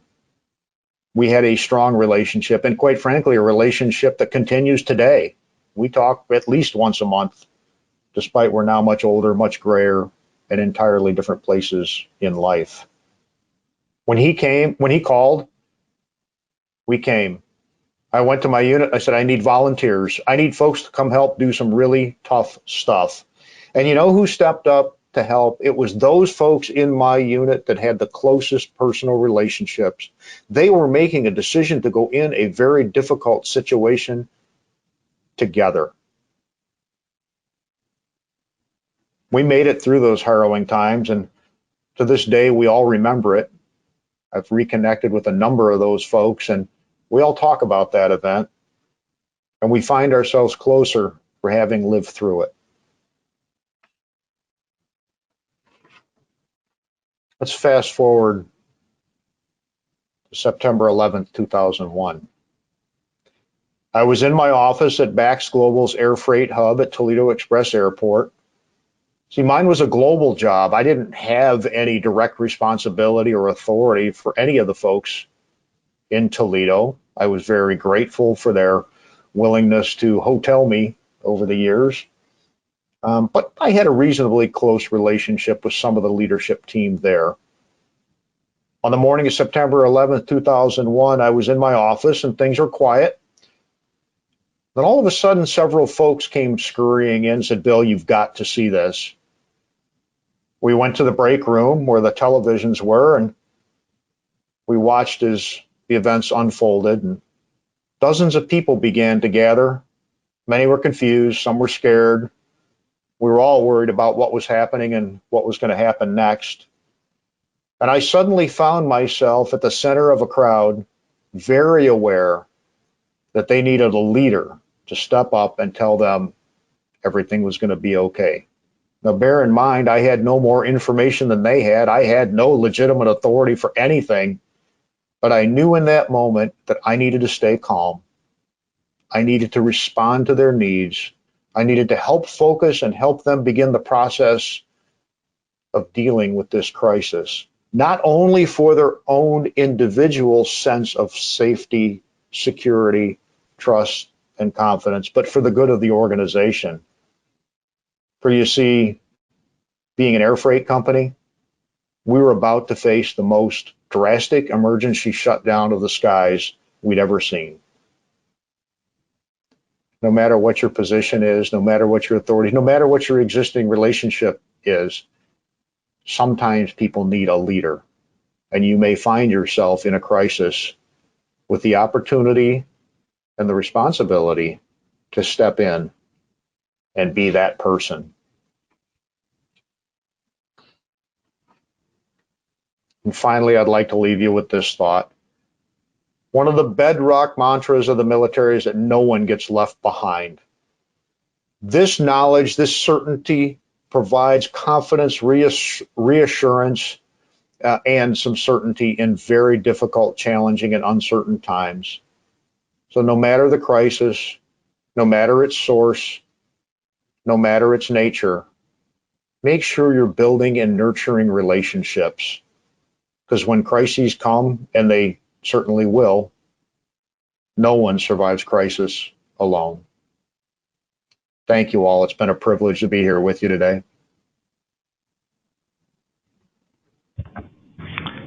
Thank you so much, Bill. Just absolutely amazing. And we are gleaning so much throughout this session. And the final module ahead, we are so excited to introduce Shaun Willis as we look at the legalese affecting human resources, everything we're going through, and also Sam Gilbertson. Shaun is managing partner and co-founder of Willis Law. He is admitted to practice in Michigan, the Michigan Supreme Court, the federal courts of the Western and Eastern Districts of Michigan, and the Sixth Circuit Court of Appeals. Shaun received Juris Doctor from Thomas Cooley Law School. He is a licensed commercial pilot as well, with a multi-engine rating, and he was selected as a rising star by Michigan super lawyers and named to super lawyers in construction and business litigation. He was elected by the National Trial Lawyers Association as a top 100 trial lawyer in the nation. It's amazing. Also, I might add, endorsed by the NRA. In addition, his partner, Sam Gilbertson, is also with Willis Law and a sports agent with its affiliate, Willis Sports Agents. He is registered to practice in the state courts of Michigan and the federal court of Western District of Michigan, as well as the state courts of Indiana, the federal court of the Northern District of Indiana, and the Supreme Court of Indiana. Sam is a graduate of the infamous Regent University School of Law in Virginia Beach, and served as the president of the Business Law Society at Regent. And I'm sure, Sam, that you had a chance to meet with Jay Seculo and others on that journey, and just great, rich heritage. Sam is a member of the state bars of Michigan and Indiana, and he's also been named a rising star by Michigan super lawyers and a member of the Indiana Trial Lawyers Association. And without further ado, we just really appreciate you folks putting the cap on today's presentation when we look at proactive in recovery, top 5 HR concerns for businesses to address. Thank you, gentlemen. Yeah, Thank you, Jeff. Thank you, Jeff. We appreciate it. Appreciate the opportunity to be speaking to your group today. We're going to move relatively quickly through the slides today to get you all onto your workday. But we're going to talk about the top 5 HR concerns for businesses to address. And the We're going to start out with Sam. Sam, you can go ahead, and I'll advance the slides for you. Sure. Just briefly about our law firm, you can see some details there. We have 27 attorneys and staff right now. We have a wide variety of practice areas: corporate, construction, real estate, estate planning, probate, et cetera. I'll note quickly as to our first speakers, and I appreciated the topics and the good job that they did there. Our firm really took an enhanced approach in the last 5 years of focusing on those relations with staff and building a better culture around here and putting a lot of time and resources into that. And the result has been many of these awards here: the Super Lawyers, Best Law Firms in U.S. News and World Report, National Best and Brightest Companies to Work For. We take this very seriously to create a culture in which we have that type of a thriving community, and we are glad that we took those steps and continue to do so. We, as a law firm, are located in Kalamazoo primarily. That's our headquarters. That's where we're bringing this presentation to you from. But we also have an office in downtown Grand Rapids. We also have office in Paw as well as Chicago, which I don't believe is pictured here. But as a law firm, we've attained a lot of notoriety for our fixed price legal services, especially for corporate work and real estate transactions, estate planning. We feel like you should be able to know ahead of time what you would pay for an attorney's services wherever possible. There are some instances in which that's not possible, but we do offer fixed pricing for many of our services so that you know ahead of time what you are getting in exchange for the value that you are paying. We also have a foundation, the Christopher Kelly Willis Foundation, that Shaun and Mike Willis started, and I'll let Shaun talk about that. So what we do with this is we provide college scholarships for kids whose parents have been killed or 100% disabled in a combat zone. Currently, all the governance is volunteer, 100% volunteer, both from the board and from the staff side. Willis Law actually hires an assistant and donates her time to run it. So when you do donate to the foundation, it goes to the children of the fallen. The scope: we've reached nearly 100% of the qualified families in Southwest Michigan who have left behind at least one dependent child. And it's we're expanding throughout other states and throughout Michigan, and we'll award our 16th scholarship this year. These are some of our scholarship recipients. We are unlike other foundations that do this type of work because we award the scholarships when the kids are still under the age of 18. Most you have to apply when you're 18 and then see if you get it. These kids will grow up knowing that they do have a college scholarship, and when they turn 18, they can use it. So proactive in recovery, top 5 HR concerns for businesses to address. The first one that is we come across all the time is failure to paper the employment file. So make sure you paper the file.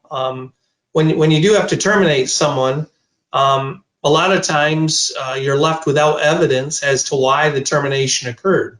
So as things are potentially going south with an employee, you need to paper the file.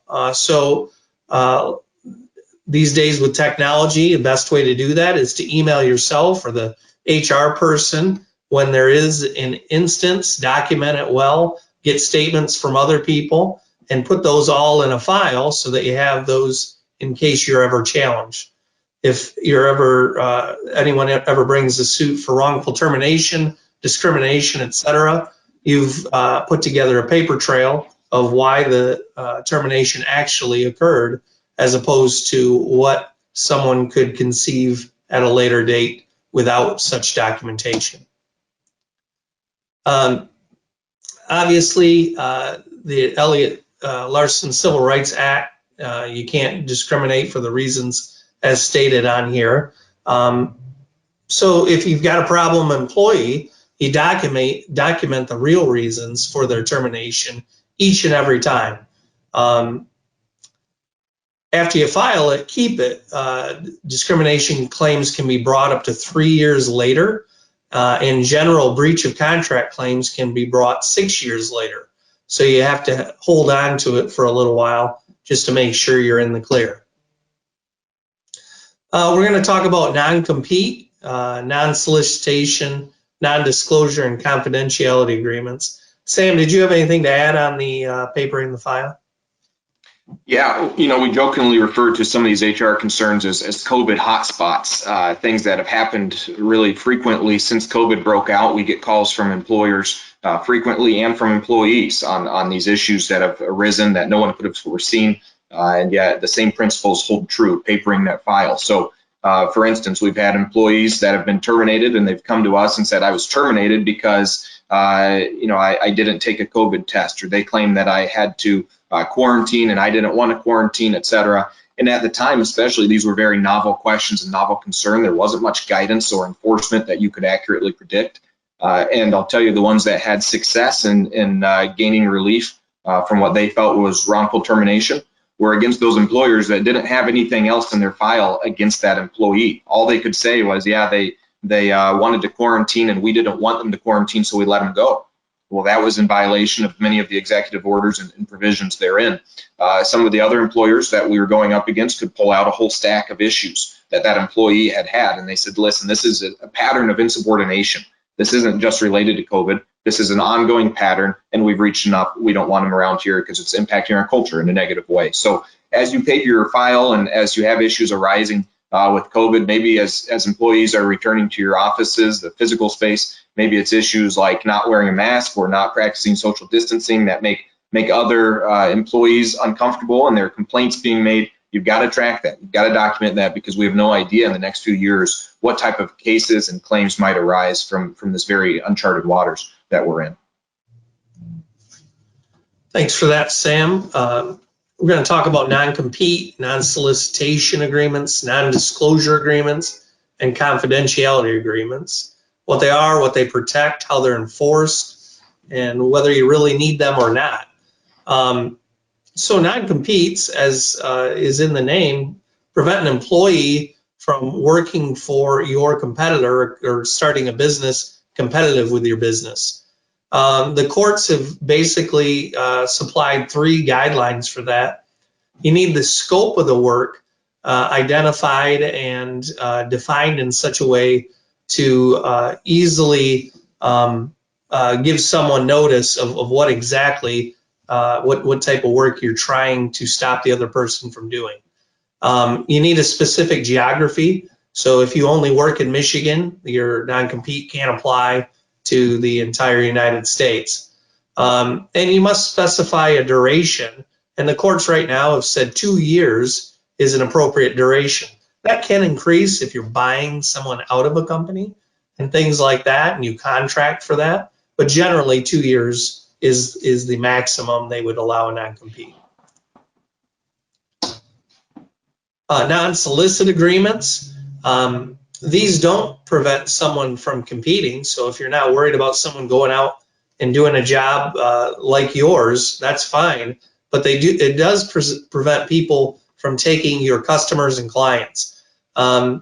This is pretty important if you've got a niche business that attracts a certain clientele and you don't want to lose them. You've spent a lot of time training and bringing up employees, and you don't want them to use what you've taught them against you.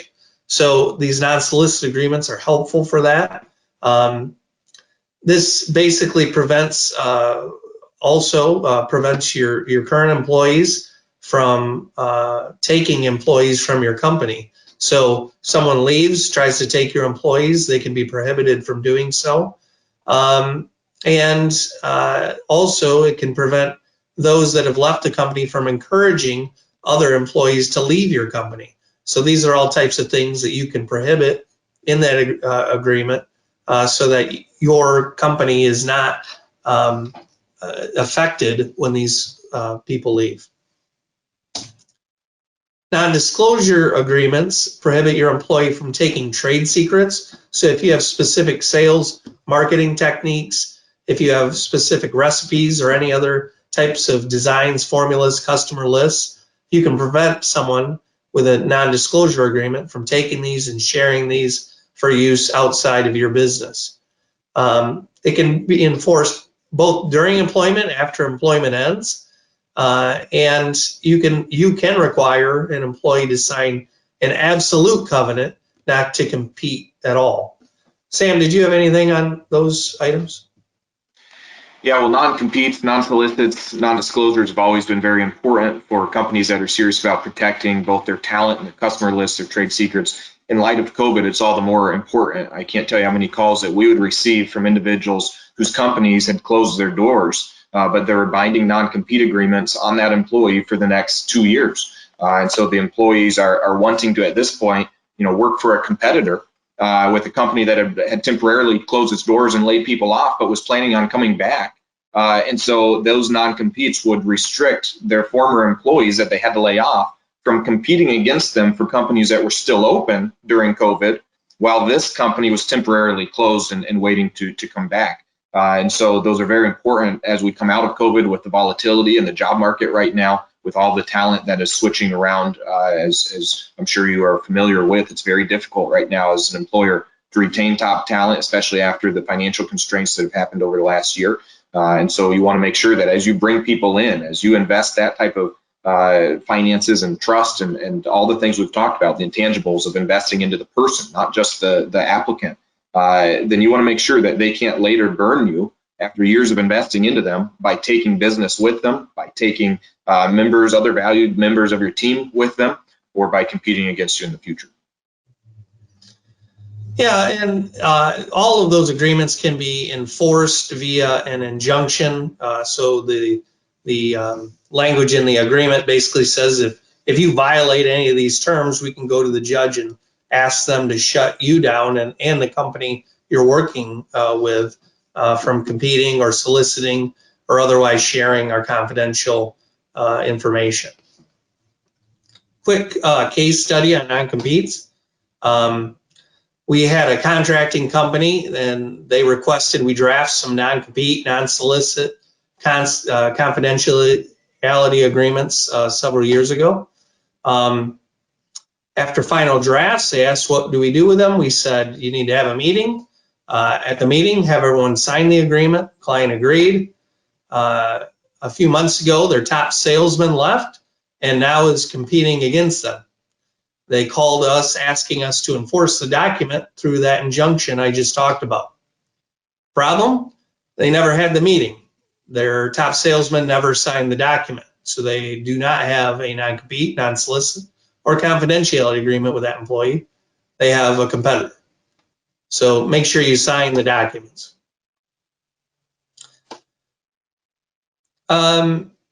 Sometimes when you terminate somebody during COVID or otherwise, a lot of times the best way to do that is with a severance and separation agreement with a lawsuit waiver.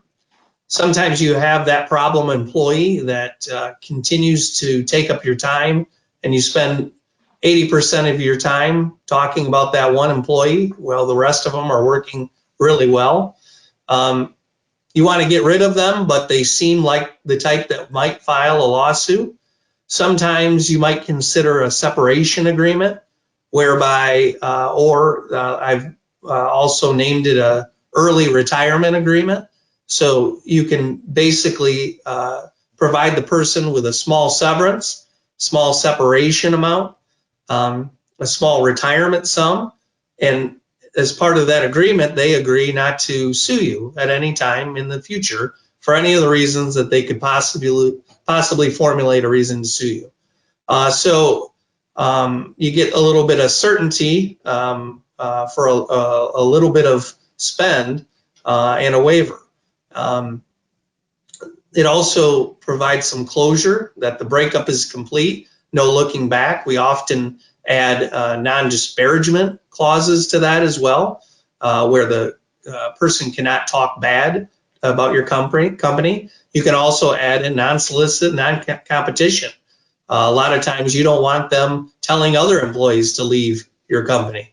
And confidential, you can keep it confidential. So, if the person knows they're going to be terminated anyways, their choices either take the funds and sign the agreement or just be terminated. And 9 times out of 10, they take the funds. So part of the separation agreement obviously releases all parties of all claims now and into the future. You can also add other types of consideration to the agreement, like severance pay, vacation, vested bonus plans, commissions, insurance, relocation costs. You can talk about the treatment of the pension and 401k plans, the non-retaliation and non-disparagement clauses, like I mentioned. You can have them waive any right to any future employment. So if it's a bigger company and they, would slip in under the radar, might get rehired and start the same problems all over again, you can have them agree to never be employed by that company again. And these also can be enforced with that injunction, that court injunction that I was talking about, where they waive notice, they waive a chance to argue about it, and basically the document allows you to walk in the court, get a court order to stop whatever behavior they're exhibiting that goes against these agreements. Sam, did you have anything to add on that from the COVID? Well, again, just in light of our COVID landscape right now, be aware that there's certain state action that can be taken against you for complaints by employees about you not upholding what the regulations are, the current regulations, the ever-changing regulations. But if you are up to date on those, if you haven't been enforcing those and an employee decides to try to make trouble for you, there's state action that can be taken by complaining to the Attorney General's office. Health and Human Services Department can get involved. Right now, COVID-related complaints by employees are prohibited from having private causes of action, so they cannot sue you in private court on this, but they still can get the state involved. And so that's another thing to talk about on that date of separation, as you're offering them that compensation to leave and leave quietly. Then that's something else that could be contained in there, is that they will not pursue state action against you. So just quick case study of a separation agreement. We had a large construction company. They had good documents. They had an employee problem. Issue was out of their California location. Male supervisor was having relations with a female assistant, and she became impregnated. The employee handbook warned prohibited these types of relationships. Neither the male supervisor nor the assistant had brought it to the attention of management. Hence, no sexual harassment complaint had been made. The clients were extremely upset with the male supervisor, but also upset about the situation with the female assistant. Client wanted to know who to fire, when, and how to do it, and if we had any suggestions. So pretty tough one. We learned that the female assistant was on a limited scope employment, and it would end in the next 6 months. And so ultimately, if we surmised, if we fire the male supervisor, the assistant who is still with him in a relationship might get mad and sue us for sexual harassment or other claims. If we filed this female assistant, we could expect a lawsuit for the same. And so ultimately what we did was we decided that we do nothing. This is not a problem that needs to be solved. Her employment ends in 6 months, and if we just leave it alone, maybe the problem goes away, and that's exactly what it did. So sometimes there's creative solutions that you have to come up with that you're not necessarily are right on the radar right away. I'll turn it over to you, Sam, for this portion. Yeah, our last section here on the hiring process, just be aware that there are many things you can do if you don't already have these as your hiring practice protocols. There are many things you can do to keep yourself from getting into situations in which you might need that separation agreement. One such thing is background check. You can ask the employee to sign a release form so that you can run a background check. LexisNexis is a platform that provides a comprehensive person report, and that shows you judgments and liens against the employee. So for instance, maybe there's an existing judgment against that potential employee, and you look up that judgment and it's a judgment for breach of a non-compete agreement. Well, that would be a red flag. And so you can get some of that detail into who that person is that's applying that you wouldn't otherwise have any information about when they're sitting there in front of you. Obviously, obtaining references, that's nothing new, but it's time and effort, and you have to be diligent about that. That will save you a lot of effort on the back end as you go forward. One thing to keep in mind, as I mentioned, doing the background check. So an applicant's criminal history needs to actually have some correlation to the job that they are seeking. You cannot prohibit or reject an applicant based on a criminal record if it basically has nothing to do with their application. So, for instance, if the nature and gravity of the offense is really trivial, maybe they are applying to work at your restaurant, and 5 years ago they had a misdemeanor for marijuana possession. Okay, well, likely that's not something that you could prohibit them because that, if it was 5 years ago, not very grave of an offense. It's been a long time since the conviction, and they're, waiting tables, and they've been clean, and they've done drug tests, et cetera, they're clean. Then at that point, you wouldn't have the ability to reject the applicant based on that. But if it's something that is related to banking or law firms, life insurance, and someone has an embezzlement or someone has a larceny, et cetera, then that's certainly something that you can weigh in, and that is good grounds because it's closely tied and closely correlated to the position, and there's good grounds for the concern that you would have before putting them in that same position. So in 2013, employers are prohibited from using credit history as a factor in the hiring process, except for, again, some of these positions for which someone's credit would very much show their applicability for that position. So if the rejected applicant, after you've required them to waive this protection and ask, basically indicate that your credit report has prohibited us from giving this to you. If he can prove that you did not hire him in part because he did not allow you to check his credit. So let's say that he says, no, you can't check my credit. If he can prove that, he can sue you in civil court. If he says yes, then now you have a reason where you can say, hey, we've checked this, we've rejected you based on it because it's a closely tied position. So just to be clear on that, he can refuse, and legislation certainly would back that up. But if he authorizes you to do so, then that can become a reason to reject the application based on the suitability of the job that he is applying for. And again, a LexisNexis background check is not a credit check, so that can be run. It can be permitted by the employee and alerts to past judgments, liens, bankruptcies, et cetera, to give you an idea of who the person is that you might be inviting into your firm or your culture there. Consider screening for your talent. Shaun and I have done this long enough to know that sometimes we really like someone and other times we don't, and that doesn't mean that we're right. Sometimes it means that we're too close to the situation or too close to the applicant. It's a referral of a friend, et cetera. And so we try to take ourselves out of the situation to some extent and make sure that there's a third party that is involved. And we use HumanX, Express Pros, obviously, is another one that we would recommend. But those are online screening tools to identify applicants who possess character traits and personality. And as these assessments come back, there are certain traits that our firm has said, these are what we've seen are the right recipe for a good applicant. If they've got this in values, and if they've got that in convictions and characters and drive, then that's great. Maybe this is a person that we don't need out making a lot of sales for us, and so we can live with a really low marketing or salesmanship score, as long as they've got the values to add to our culture in the position that we need. And so those are screens and assessments that I would recommend using as you go forward. Again, with Express Pros being a recruiter for employees, certainly that's an option there as well to keep in mind.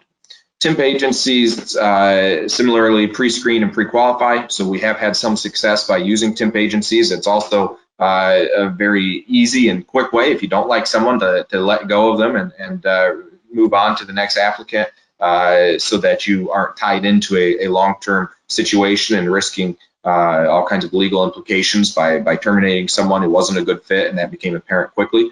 And so temp agencies can be used very well. Office staffing provides legal temps. Robert Half office team provides more broad scope of temps, but we recommend both of those. Any questions at this point? And I can turn it back over to Shaun, but I guess at this point, Jeff, I'm not sure if we have time for questions, but if we do, we're happy to take them.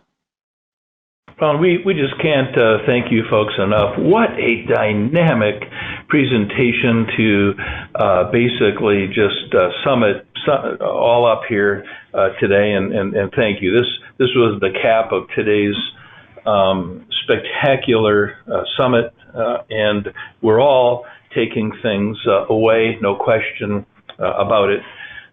We want to remind each of you that a link will be sent to you. So you'll be able to review these at your own leisure. We also want to get the takeaways. So the questions and answers you have, keep those coming on the chat box.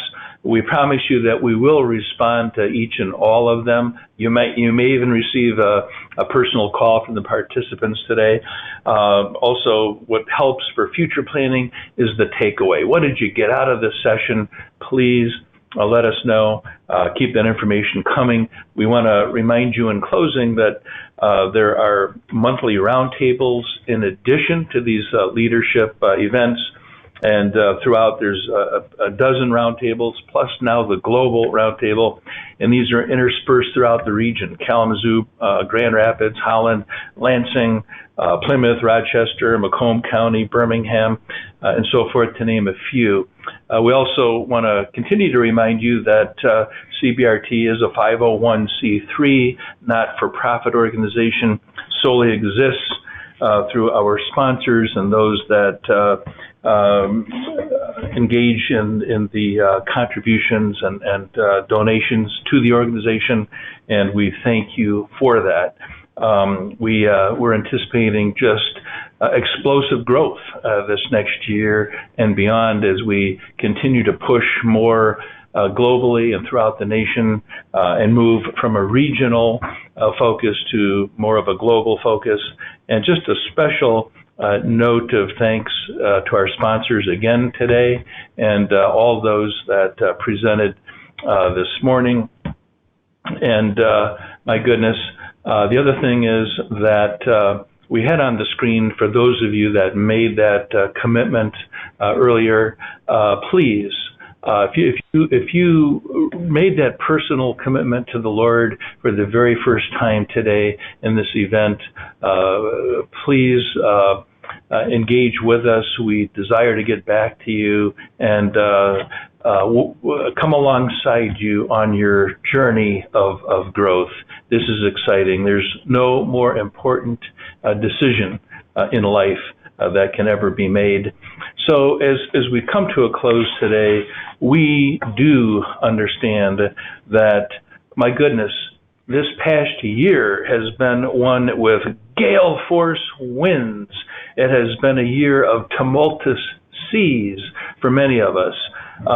Not everyone has gotten through it, and we want to encourage folks to come alongside those that didn't fare as well as others. And as we continue to move forward on the journey, let me close and leave you with this. This is entitled Ships, author anonymous, unknown, and it goes, one ship drives east and another drives west with the self-same winds that blow. 'Tis the set of the sails and not the gales which tells us the way to go. So we ask you in closure today, personally, in business, which way are your sails set? What a great presentation. Thank you to all, and have a spectacular day ahead. Thank you. Thank you for attending.